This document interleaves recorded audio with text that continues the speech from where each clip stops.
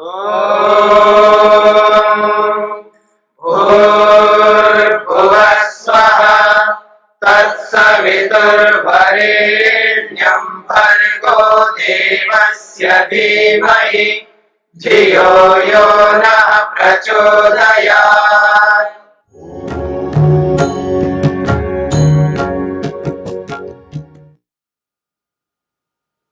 विभूतिपाद के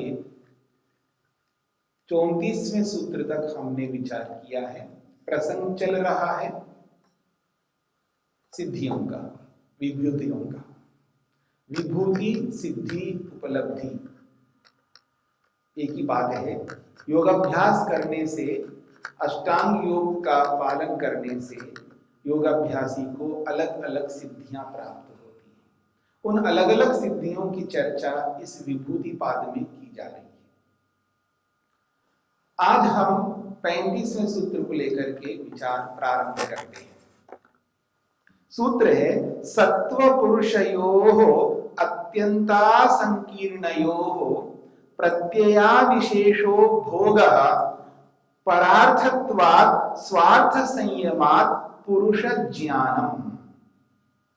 बहुत बड़ी बात कही जा रही है। पुरुष ज्ञान, आत्मा का ज्ञान होना, आत्मा का साक्षात्कार होना, यानी जीवात्मा का, स्वयं का, मैं क्या हूं, अपने स्वरूप का बोध करना बहुत बड़ी बात है।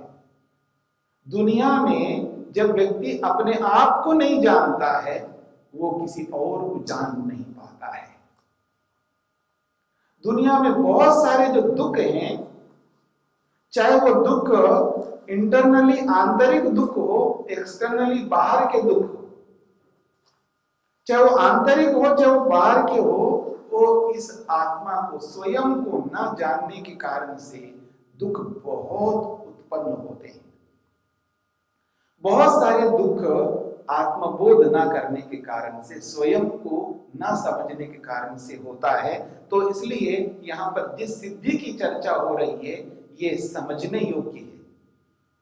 इसको अच्छी तरह समझ करके इसमें जब व्यक्ति मेहनत करता है, पुरुषार्थ करता है, निरंतर इसमें अष्टांग योग का पालन करता है, यम नियम से लेकर के ध्यान पर्यंत जब व्यक्ति पुरुषार्थ करता है, तब जाकर के समाधि लगती है। उस समाधि में जब आत्मबोध होता है, जीवात्मा का, स्वयं का दर्शन होता है, वो विलक्षण होता है। उसकी चर्चा इस सिद्धि में की जा रही है। वो कहते हैं सत्व पुरुषयोः अत्यंत असंकीर्णयोः। सूत्रकार महर्षि पतंजलि कहना चाहते हैं सत्व और पुरुष, दो बातें कही है। एक है सत्व और एक है पुरुष। सत्व शब्द जो है ये उपलक्षण है, प्रत्येक जड़ वस्तु को कहा जाता है। सत्व शब्द से किसी भी जड़ वस्तु, नॉन लिविंग थिंग को आप ले सकते हैं, पर यहां पर सत्व शब्द से मन को लिया जा रहा है, क्योंकि मन और आत्मा ये दोनों ऐसे होते हैं जैसे कि दो मित्र होते हैं। मोटी भाषा में जब दो मित्र होते हैं, दोनों अपने आप को अलग नहीं मानते हैं, दोनों को एक ही मान लेते हैं। ये तो ऐसा ही है जैसे दूध और पानी जब दोनों को मिला लो तो पकड़ में नहीं आता है कि ये दूध कितना इसमें है और पानी कितना है। जैसे दूध अलग है और पानी अलग है, जब दोनों को मिलाते हैं, दोनों एक साथ रहते हैं, अलग नहीं कर पाते हैं। पानी को दूध मान लेते हैं, ये दूध को पानी तो नहीं मान सकते। हाँ, अगर ऐसा हो कि 50 लीटर पानी हो, उसमें 1 लीटर दूध डाल दो, तब तो पानी कह सकते हो। लेकिन 50 लीटर दूध में अगर कोई 10 लीटर पानी डाले तो उसको पानी नहीं कह सकते, दूध ही कहेंगे। तो जैसे दूध और पानी जब मिलकर के रहते हैं तो अलग नहीं कर सकते हैं, ठीक इसी प्रकार से हम अपने शरीर में अपने आप को और मन को ऐसे रखते हैं जैसे दोनों एक ही है। इन दोनों को अलग नहीं कर पाते हैं और यही सारी की सारी समस्या खड़ी होती है। इसी समस्या का समाधान जब तक व्यक्ति नहीं करता है तब तक उसके जीवन में दुख ही दुख है। और इन दुखों से मुक्त होना हो तो इस बात को समझना आवश्यक है। तो सत्व यानी मन, पुरुष यानी स्वयं आत्मा। सत्व पुरुष योग, मन और आत्मा, इन दोनों में क्या स्थिति है? अत्यंत असंकीर्ण योग। ये सर्वथा भिन्न भिन्न वस्तुएं हैं, अलग अलग वस्तुएं, दोनों का कोई मेल नहीं है। क्योंकि एक पूर्व है तो एक पश्चिम है, एक जड़ है, एक नॉन लिविंग थिंग है तो एक लिविंग थिंग है, लिविंग बीइंग है। तो दोनों का ऐसा कोई मेल नहीं है। लेकिन मेल ना होते हुए भी दोनों ऐसे एकत्रित इकट्ठे रहते हैं जैसे कि दोनों एक ही जैसा हो। तो इसलिए कह रहे हैं सत्व पुरुष योग अत्यंत असंकीर्ण योग। ये दोनों बिल्कुल असंकीर्ण है। संकीर्ण मतलब घुल मिल नहीं सकते। पास पास रहना अलग है, एक साथ रहना अलग है, लेकिन एक दूसरे में घुल मिल जाना अलग है। घुल मिलना आपको स्पष्ट होता है जब आप एक गिलास पानी में या एक गिलास दूध में 1-2 चम्मच चीनी डाल दो या मिश्री डाल दो, उसको घोल दीजिएगा तो वो घुल मिल जाता है, वो चीनी घुल मिल जाती है। ठीक है, तो जैसे पानी में या दूध में चीनी को घोल करके उसमें घुला मिला देते हैं, उसको अलग दिखता नहीं है, ऐसे आत्मा और पुरुष दोनों को ऐसे घुला मिला नहीं सकते हैं। दोनों पास पास रहना अलग बात है और दोनों का घुल मिल जाना अलग बात है। तो ये कहते हैं असंकीर्ण योग, ये घुल मिल नहीं सकते, बिल्कुल अलग रहेंगे। पास पास में रह करके, एक साथ रह करके भी अलग अलग रहेंगे।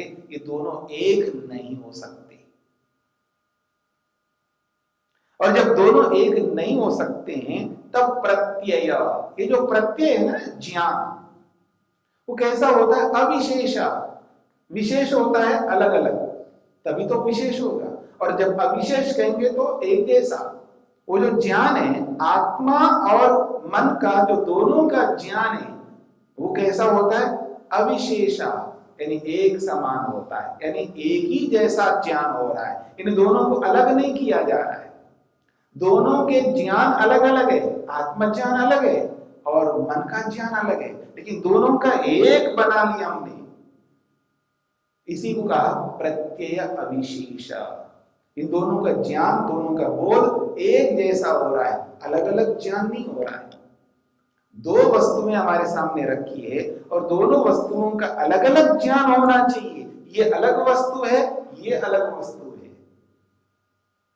भले ही एक जैसी वस्तुएं रख दीजिए सामने, तो भी एक जैसी तो है, लेकिन फिर भी अलग अलग है। पर यहां पर ऐसा नहीं है। यहां पर दोनों एक जैसी वस्तुएं है ही नहीं है, क्योंकि एक है नॉन लिविंग थिंग, जड़ वस्तु है, एक लिविंग बीइंग है, एक चेतन वस्तु है। एक जैसी वस्तुएं भी नहीं है, लेकिन एक जैसा ज्ञान हो रहा है दोनों का। यही है प्रत्यय अविशेषा, एक समान ज्ञान हो रहा है। जब दोनों का अलग अलग ज्ञान नहीं होता है, एक जैसा ज्ञान होता है, इसी को महर्षि पतंजलि कहना चाहते हैं भोग। यही भोग है, इसी को भोग कहते हैं। ये कैसे हो सकता है? इसको भोग कैसे कहेंगे? देखिएगा, मोटा सा उदाहरण है। जब हम तैयार होते हैं, कहाँ तैयार होते हैं? दर्पण के सामने, मिरर के सामने खड़े होते हैं, फिर कोई बाल बनाते हैं, कोई कुछ भी करता हो, तैयार होता है। तो जब दर्पण के सामने तैयार होकर के, जब टिप टॉप तैयार होने के बाद फिर अपने आप को देखते हैं दर्पण में, मिरर में, क्या समझते हैं हम लोग? हाँ जी, क्या समझते हैं? यही तो समझते हैं ना। हाँ, मैं ठीक लग रहा हूं, मैं ठीक दिख रहा हूं। मैं कौन? जो ठीक लग रहा है। मैं कौन है? जो ठीक दिख रहा है। मैं अच्छा लग रहा हूं, मैं ठीक दिख रहा हूं, मैं ठीक तैयार हूं, ये कौन है? अब सोचिए, कौन है? आत्मा। आत्मा तो दिखता नहीं, विजिबल तो है ही नहीं। फिर कौन ठीक तैयार हुआ है? शरीर। शरीर तो मैं नहीं हूं, शरीर मैं नहीं हूं, फिर कौन है? इसका अर्थ है मैं और शरीर को एक माना जा रहा है। मैं को और शरीर को अलग नहीं किया जा रहा है, दोनों का मिला करके एक ही ज्ञान बनाया। यही तो प्रत्यय अविशेष है, यही ज्ञान एक जैसा हो रहा है, यानी आत्मा और शरीर का अलग अलग ज्ञान है। मैं ये नहीं बोलता मिरर के सामने खड़े होकर के मेरा शरीर ठीक दिखाई दे रहा है। हाँ, अगर कोई शब्दों से बोल भी ले, लेकिन उसकी जो मान्यता है या उसका जो व्यवहार है, उसका जो प्रैक्टिकल है, वो ऐसा नहीं है। उसका जो प्रैक्टिकल लाइफ है, प्रैक्टिकली जब वो जी रहा होता है, वो यही मानता है मैं यानी शरीर को ही मैं मान रहा होता है। और जब व्यवहार करता है शरीर के साथ में, वो मैं मान करके व्यवहार करता है, शरीर मान करके व्यवहार नहीं करता। इस बात को भी हमें पकड़ना है। तो जब शरीर मान करके व्यवहार कर रहा है, इसका अर्थ है आत्मा को यानी मैं को शरीर से अलग नहीं कर पा रहा है। यही प्रत्यय अविशेष है, यानी एक जैसा ज्ञान होना है, और यही भोग कहलाता है। इसी को भोग कहते हैं। अगर ये जो भोग है, इस भोग को हम समझ लें, मैं क्या समझ रहा हूं, ऐसा तो है ही नहीं है। दोनों अलग अलग है, शरीर अलग है और मैं आत्मा अलग हूं। जब ये समझने लगता है तब अलग ज्ञान होता है, तब भोग नहीं होता है। उसको कहा उन्होंने अपवर्ग है, वो तो उसकी मुक्ति है, उसका वो मोक्ष है, क्योंकि वो अपने आप को वो शरीर से अलग देख रहा है। उसकी मुक्ति, उसका मोक्ष, उसका अपवर्ग प्रशस्त होगा, इससे वो समाधि की ओर बढ़ेगा। तो यही कहना चाह रहे हैं, परार्थत्वाद क्यों ऐसा हो रहा है? ये जो भोग हो रहा है व्यक्ति को कि आत्मा को और चेतन वस्तु और जड़ वस्तु को अलग अलग क्यों मान नहीं पा रहा है, और ये जो भोग है ये हो क्यों रहा है ऐसा? जब यथार्थ जब अलग अलग है तो यथार्थ रूप में हमको अलग अलग बोध होना चाहिए, क्योंकि कह रहे हैं परार्थत्वाद। परार्थ का मतलब है दूसरे के लिए होने से। ये जो हमारा माइंड है, मन है, ये अपने लिए नहीं है। मन के लिए नहीं होता है। आप मन को क्या, आप किसी भी नॉन लिविंग थिंग को सामने रख लीजिएगा, किसी भी वस्तु को लिए आप देखिएगा, आप माइक को रख लीजिएगा, आप पुस्तक को रख लीजिएगा, आप मकान को रख लीजिएगा, आप भोजन को रख लीजिएगा, आप पैसे को रख लीजिएगा, आप गाड़ी को रख लीजिएगा, किसी भी जड़ वस्तु को सामने रख लीजिएगा। कोई भी वस्तु अपने लिए नहीं होती है, क्योंकि वो जड़ वस्तु है, वो नॉन लिविंग थिंग है। वो वस्तुएं अपने लिए नहीं है, वो वस्तुएं अपने प्रयोजन को कभी सिद्ध नहीं कर सकती हैं, उनका अपना कोई प्रयोजन नहीं है। इन जड़ वस्तुओं का अपना कोई भी प्रयोजन नहीं है, इसलिए वो किसके लिए होते हैं? परार्थत्वाद, वो दूसरों के लिए होते हैं। इसलिए कहा जा रहा है परार्थत्वाद, ये सब दूसरे के लिए है। वो कौन है? पर वो आत्मा है, जीवात्मा है। हम आत्माओं के लिए ये सब वस्तु है। शरीर मुझ आत्मा के लिए है, शरीर शरीर के लिए नहीं है, मकान मकान के लिए नहीं है। कोई भी जड़ वस्तु अपने लिए नहीं होती है। तो इसलिए कहा जा रहा है ये परार्थत्व, ये दूसरे के लिए होने से इस प्रकार की समस्या आ रही है। फिर कह रहे हैं स्वार्थ संयमात। स्वार्थ मतलब अपने आप में संयम करो। आप दोनों को मिलाकर के क्यों संयम कर रहे हो? शरीर और आत्मा को अलग देखने का प्रयत्न करो। हम क्या करते हैं, शरीर और आत्मा को दोनों को मिलाकर के हम अपने आप को देखने का प्रयत्न करते हैं। ये जो ममत्व है, ये जो स्वस्वामी संबंध है, जिस किसी के साथ हम ममत्व रखते हैं, अटैचमेंट रखते हैं, वो इसलिए रखते हैं उसको और अपने आप को अलग नहीं देख पाते। पिता पुत्र को अपने से अलग नहीं देख पाता है, माँ जो है अपने पुत्र पुत्रियों को अलग देख नहीं पाती है। व्यक्ति जब सामने वाले को अलग नहीं देख नहीं पाते, अपने साथ जोड़ लेते हैं, अपना बना लेते हैं, और वो अपना जो बनाना है इतना अगाध होता है, इतना सूक्ष्मता से वो अपना बना लेते हैं और अपने आप उनको अलग नहीं कर पाते। इसलिए ये ममत्व उत्पन्न होता है, अटैचमेंट उत्पन्न होता है। अब इसको दूर करना एक ही मात्र उपाय है, उसको अलग मान लो। और जब उसको अलग मानेंगे तो उसके छूटने पर, उसके अलग होने पर हमें कभी कोई दुख नहीं होता है। दुख इसलिए होता है क्योंकि उसको अपना मान लेते हैं, और अपना भी नहीं स्वयं मान लेते हैं, अपने आप से उनको अलग नहीं कर पाते हैं। यही प्रत्यय अविशेष है, इसी का नाम भोग है। इसलिए ये जो माता के साथ, पिता के साथ, पति के साथ, पत्नी के साथ, विद्यार्थी के साथ, अध्यापक के साथ, मकान के साथ, गाड़ी के साथ, पैसे के साथ, जिस किसी के साथ हमारा संबंध है, तो यदि व्यवहार के लिए सारे के सारे संबंधों का होना आवश्यक है। इन संबंधों के बिना हम सांसारिक कोई भी व्यवहार नहीं कर सकते, और ये व्यवहार होना आवश्यक है। पर जब मुक्ति को प्राप्त करना है, मोक्ष को प्राप्त करना है, मुक्ति की ओर आगे बढ़ना है, या मैं ये कहूं परमात्मा का दर्शन करना है, ईश्वर साक्षात्कार करना है, या मैं ये भी कह सकता हूं अपने आप को जानना है, आत्मा को जानना है, स्वयं का बोध करना है। जब स्वयं का बोध करना हो, अपने आप को पहचानना हो, तो फिर इन सबको अलग करना पड़ेगा। उनको अलग किए बिना अपने आप का बोध कभी नहीं हो सकता। इनको अलग किए बिना परमात्मा का बोध कभी नहीं हो सकता। और जो भी बोध होगा एक सामान्य बोध होगा, तो सबको होता है। सारी दुनिया परमात्मा ने बनाई है, ये किसको नहीं जानता है। हर भक्त, हर उपासक, हर ईश्वर को मानने वाला ये स्वीकार करता है सारी की सारी दुनिया भगवान ने बनाई। तो सामान्य बोध तो किसी को भी हो सकता है।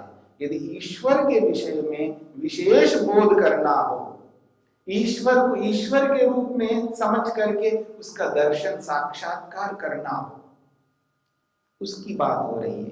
तो कह रहे हैं स्वार्थ संयमा, जब आत्मा अपने आप में संयम करता है, स्वयं को विषय बनाता है, आत्मा में एकाग्र होता है, स्वयं जीवात्मा में, अपने आप में खुद को पहचानने में वो एकाग्र हो रहा है, अपने आप में वो धारणा बना रहा है, और अपने आप को विषय बना करके स्वयं का ध्यान कर रहा है, अपने गुणों को समझ रहा है, अपने स्वभावों को समझ रहा है, अपने कर्मों को समझ रहा है, तब कहते हैं पुरुष ज्ञानम, तब उसको स्वयं का ज्ञान होता है, स्वयं का बोध होता है। तो स्वार्थ संयमा, अपने आप में संयम कर लेने से, क्योंकि संयम शब्द का वही अर्थ है जो अब तक हम लेते हुए आ रहे हैं, यानी अपने आप में धारणा बनाना, यानी आत्मा धारणा स्थल है। इस बात पर ध्यान दीजिएगा, आत्मा ही धारणा स्थल है, यानी आत्मा में ही मन को एकाग्र करना है, और आत्मा का ही ध्यान करना है, और आत्मा का ही समाधि लगेगी। तो धारणा भी आत्मा, ध्यान भी आत्मा, और समाधि भी आत्मा, इन तीनों को जब हम मिला लेते हैं तब पुरुष ज्ञानम, पुरुष का बोध होता है, पुरुष का साक्षात्कार होता है। इसलिए कहा जा रहा है जब प्रत्यय अविशेष होता है, दोनों को अलग नहीं मान पाते हैं, तब भोग होता है। जब दोनों को अलग मान लेते हैं, अर्थात मन को हटा करके, शरीर को हटा करके, इंद्रियों को हटा करके, बाकी सब साधनों को हटा करके जब अपने आप में संयम कर लेंगे, आत्मबोध तभी होगा, आत्म साक्षात्कार तभी होगा। यही कहा जा रहा है यहाँ पर पुरुष ज्ञानम, पुरुष का ज्ञान, पुरुष का विवेक, पुरुष का साक्षात्कार वहां पर हो जाता है। मैं क्या हूं, मेरा क्या स्वरूप है, मैं किस स्वभाव वाला हूं, मेरे क्या गुण हैं, मैं क्या हूं क्या नहीं हूं, सब कुछ उस व्यक्ति को बोध होता है। और जब स्वयं का बोध कर लेता है तो औरों को बोध करने में उसको बहुत आसानी होती है, सरलता से होती है, क्योंकि स्वयं को जिसने पहचाना है सामने वालों को भी पहचानेगा। तब स्वयं दुख नहीं चाहता है तो दूसरों को दुख कभी नहीं देगा, क्योंकि दूसरे भी दुख नहीं चाहते हैं।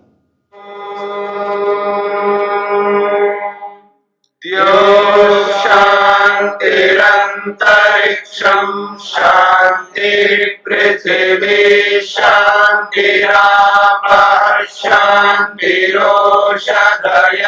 शांतिः वनस्पतयः शान्तिर्विश्वे देवाः शान्तिर्ब्रह्म शान्ति सर्वं शान्ति शान्तिरेव शान्ति क्षमा शान्तिरेधि